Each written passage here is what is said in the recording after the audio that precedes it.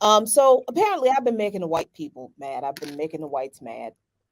Not the Um, whites. yes, I've been making them mad. And, Mm. it's not like it was my intention, but it's also not like I care Mm. so much. The Kalijah Um, left. so I wrote an article for Black Agenda Report that, and I'm trying to pull it up again. I don't know why I closed it. I got you. I got you. I'll grab it if you want, if that'll Okay, help. thanks. So I wrote this article that was published in Black Agenda Report, and I'm honored that they publish my stuff every now and again, and Hood Communist also. And I had heard about this Rage Against the War Machine rally, and I'm like, okay, this is cool. This is a anti-war rally. That's great. But I looked like I always do. Whenever I see an organized rally, I always look at the sponsors page. Always. Mm. Because I need to know who I'm out there standing for. I don't think it's enough for us to just be out there, oh, I am in support of this idea. I need to know who the people are behind this event, because the people behind events are bringing their ideology to the event. So if their Yeah. ideology doesn't match mine, they've got a different long-term agenda than mine is, right? So I'm looking at this thing, and I look at the speakers. I'm like, man, that's a lot of white people, which is not like it's not the worst thing in the world, right? That's almost kind of usual in That's like going to white church, though, Jackie.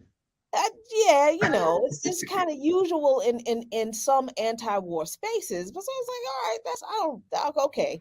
And I don't like to focus on speakers too much, because invariably there are going to be people involved in an event where I'm speaking where we don't entirely agree eye to eye on everything. All right, that's cool.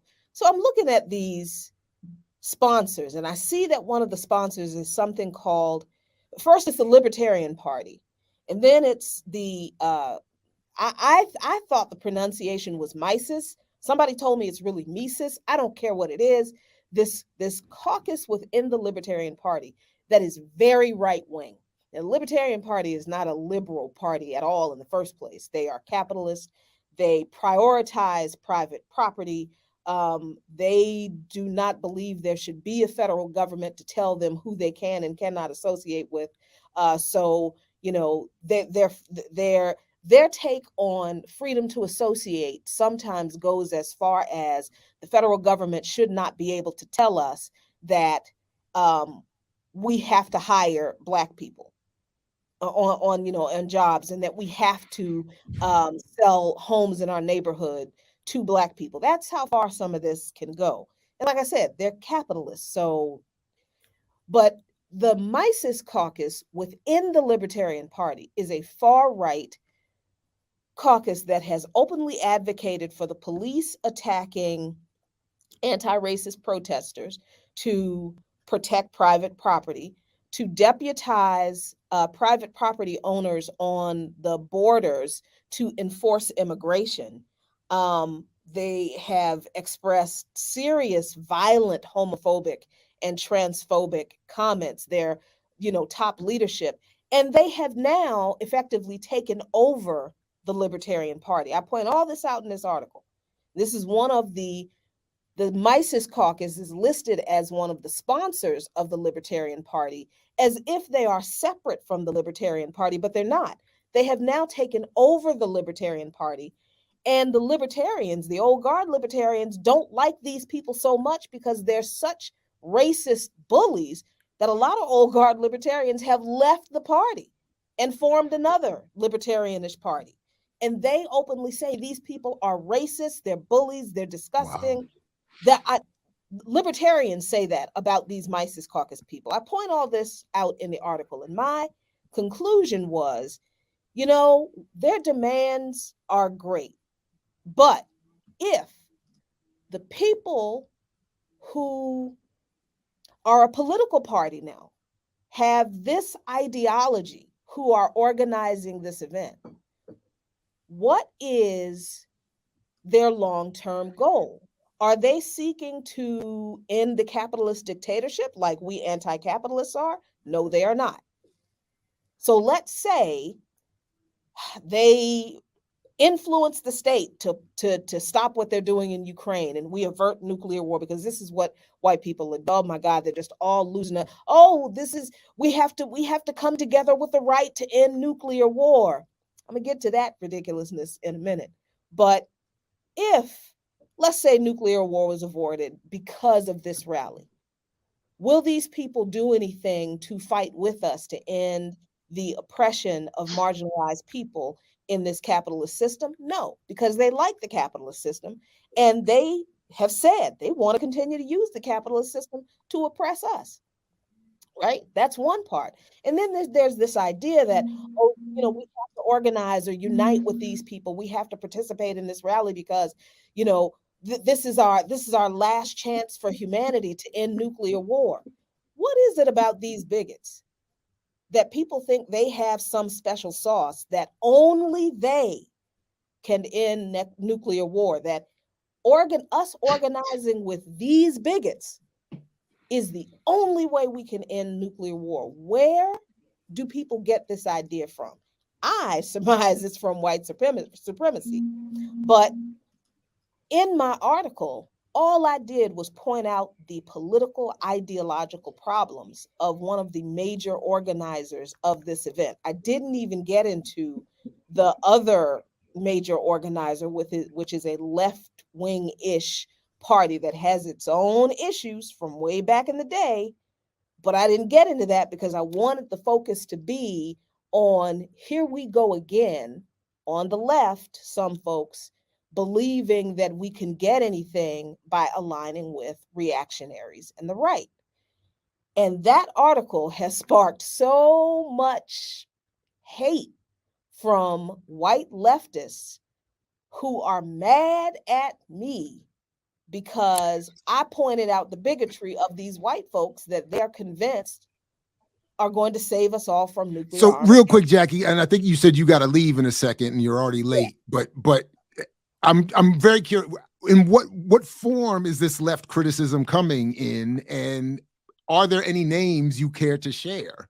Because I would be very interested, and anybody should at me if they feel a kind of way. I'd happily get involved with anyway.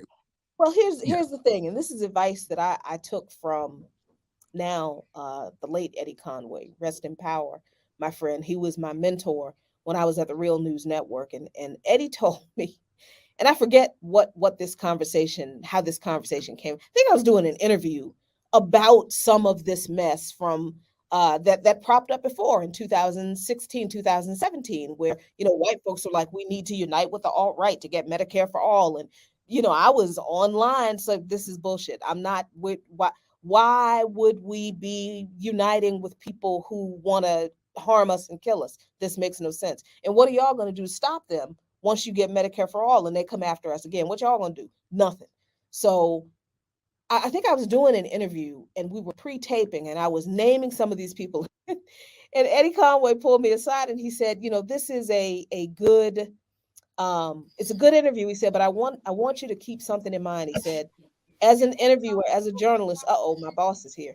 As an interviewer, as a journalist, your job is to struggle with ideology, with policies, with ideas. Don't turn the larger discussion about ideology and policies and ideas that you articulate so well, don't turn that into a bar fight with people and personalities. He's like, there might be a time to call individual people out, but as long as you are sticking with the issues, with the ideologies, with the policies, with the ideas, he's like, that's where you are powerful. Stay there. You don't have to go down in the gutter with everybody. So for me, and I'm not knocking anybody who does that. This is why I don't get into naming the folks who have said these ridiculous things, because it's not about them. This issue is not about these individual people. It's not about the speakers that's not an argument I want to get into. This is about, what if all of these people who are so important in support of these folks, let's play this scenario out. What if this political party, the Libertarian Party, taken over now by the Mises Caucus, what if they are to gain the political power and legitimacy that they're looking for with this event by having all of these leftist speakers on there, giving them legitimacy? What if they gain the political power they're looking for? Who do you think they're going to use that power against? I'll tell you who. The people who they already said they would. That's the point. And the fact that a lot of people on the left, a lot of white people on the left are angry that I raised that existential threat to the humanity of working class, poor, oppressed, Black, Indigenous, Latin, Asian, disabled, queer, trans people. They mad that I pointed out that the people they want to be friends with are bigots. And that's not my problem, because the truth is what it is. They're going to stay mad. Thank you for pointing it out, Jackie, because of the fact that these folks get caught up in the enemy of my enemy is my friend, and that's not always the case. We have Ajamu Baraka joining us. What's going on, bro? My boss. What's up, Ajamu? Welcome. Glad to be here. Thank you. I don't know, Jackie, if you have to leave, but we appreciate you. Thank you very much. And we can, I think, let Ajamu pick up where you left off. Yeah, don't talk bad about me, sir. Don't wait till it. What can I say after Jacquie Luqman? There's nothing really to talk about. That's why we invited you up here to we invited you up here to be the segue. I didn't want to do it after her. No, I'm just playing. No. Peace, y'all. All right, thank you, Jackie, very much. Peace, and let me just invite your comments, Ajamu, by saying one quick thing that.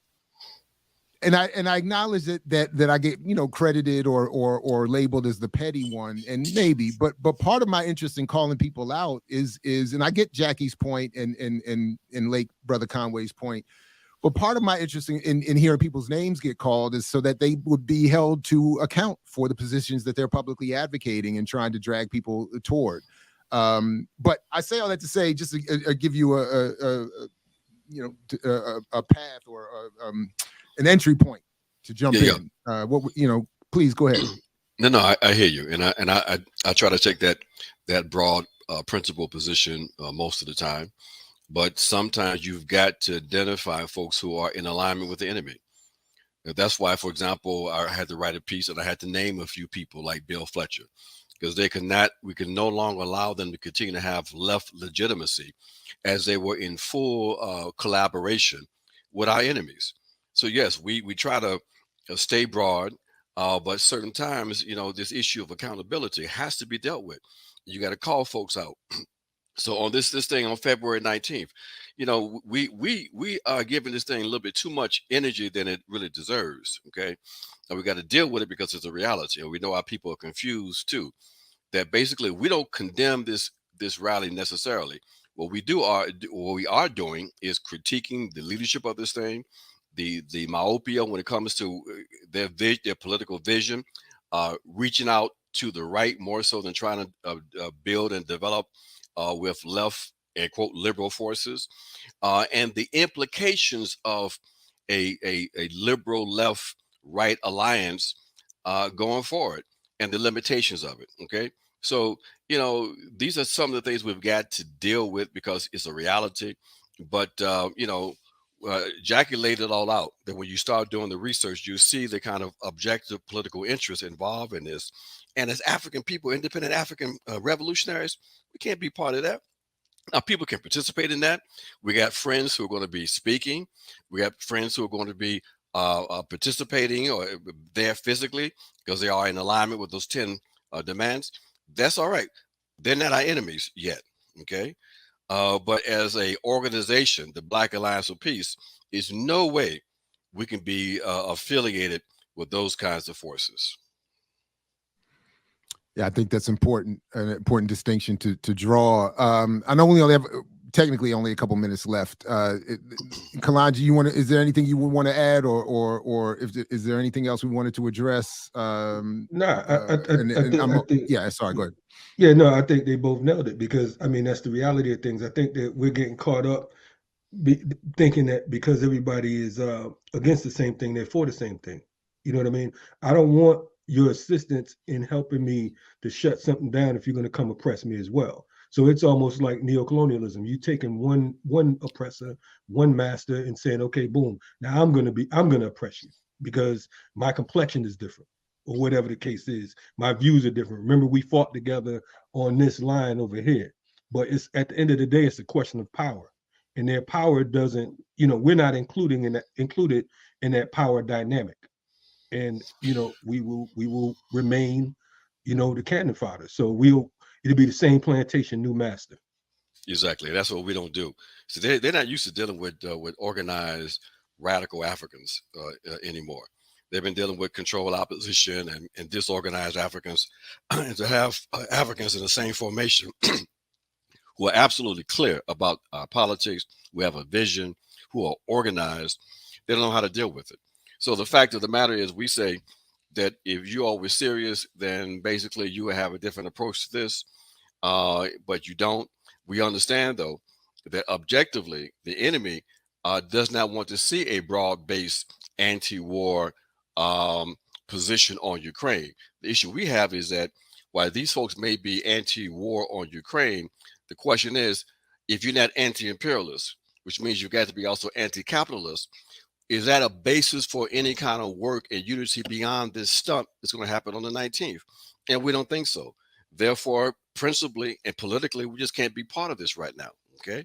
So we got to be clear about that, because look, when the real deal comes out, when the information comes out around who paid for this, it's going to be a whole lot of folks who are going to be, stuttering, trying to explain why they were part of this thing. Because this money, look, when you start doing stuff with the Lincoln Memorial and all these things they have in terms of mobilization for an event that big, somebody's paying the bills, and none of those formations have the resources. So the money coming from someplace. So we need to update Malcolm's Big Six look. Is that we need another update on that? Like, is that something funky's going on? I hear you. Just the putting Ron Paul on the promotional thing is, I'm like, even if you felt like it was important for him to participate, right, to put him as a flagship, and then you trying to reach out to folks on a legitimate left, you're not serious. And what you're saying is, to me, is that you're not interested in building with the actual left, despite your claims. You're interested in becoming part of the machine. Exactly. And that can't work. Anyway, this reminds me of electoral politics. You know what I'm saying? It's like, for folks who said vote for Obama or vote for Hillary or vote for Biden. And if you don't vote for Biden, you ain't black. You know what I'm saying? They don't have our best interests at heart. And that's the bottom line, man. We get confused in theory over practice. What is their true practice? What is their true purpose? And at the end of the day, we're not, our involvement does not include our advancement. Well, we say, as I know we're closing out, we say that basically, if you look at the text of the Black Alliance of Peace newsletter that came out a couple of days ago, that lays out what we see as a clear position on the role of non-Europeans in the struggle here in this country. This fantasy that Europeans think that they're going to be the leaders of some kind of process, some kind of radical or revolutionary process in the U.S. is absurd. And basically, if it ain't us leading this thing, it ain't going nowhere. So that's really the issue, not only with February 19th, but with a number of these white organizations. The white left got to understand, you ain't going to be at the center of this. Not anymore. No. And if you think you are, you're confused. And we're confused to think they are. And that's one of the problems I'm having with a lot of these different formations right now. Black folks, Africans here in America are literally bowing down to these white organizers. I'm looking at Atlanta, for instance. Like I said on a recent show, it's like looking at, just how the guard has changed. You know what I'm saying? How you got Black folks taking the back, and you have these white folks leading issues that affect our particular community. It's ridiculous. It's absurd. And we think any quote unquote ally out there, if you're a serious ally or a serious comrade, then you already know it's time's up for this whole this white power structure, regardless of what side of the barricade you on. You have to let the oppressed, the poor and oppressed Black African folks lead this thing, or it's not going anywhere. The struggle will definitely continue. Yes, sir. Jamu Baraka, thank you very much for coming through. We appreciate the work that you and BAP are doing. Kalanji Jamachanga, of course, thanks to you as well. Peace to May, peace to Erica, peace to Ear Doctor, all the remixers, everybody in the background, in the front ground. We appreciate you. Speaking of background, like my man Fred Hampton used to say to you, we say peace only because you know you're willing to fight for it. We'll catch you next time here at the Remix Morning Show. Back tomorrow morning, all throughout the platform. Make sure you like, share, subscribe, do all that stuff. Catch you next time.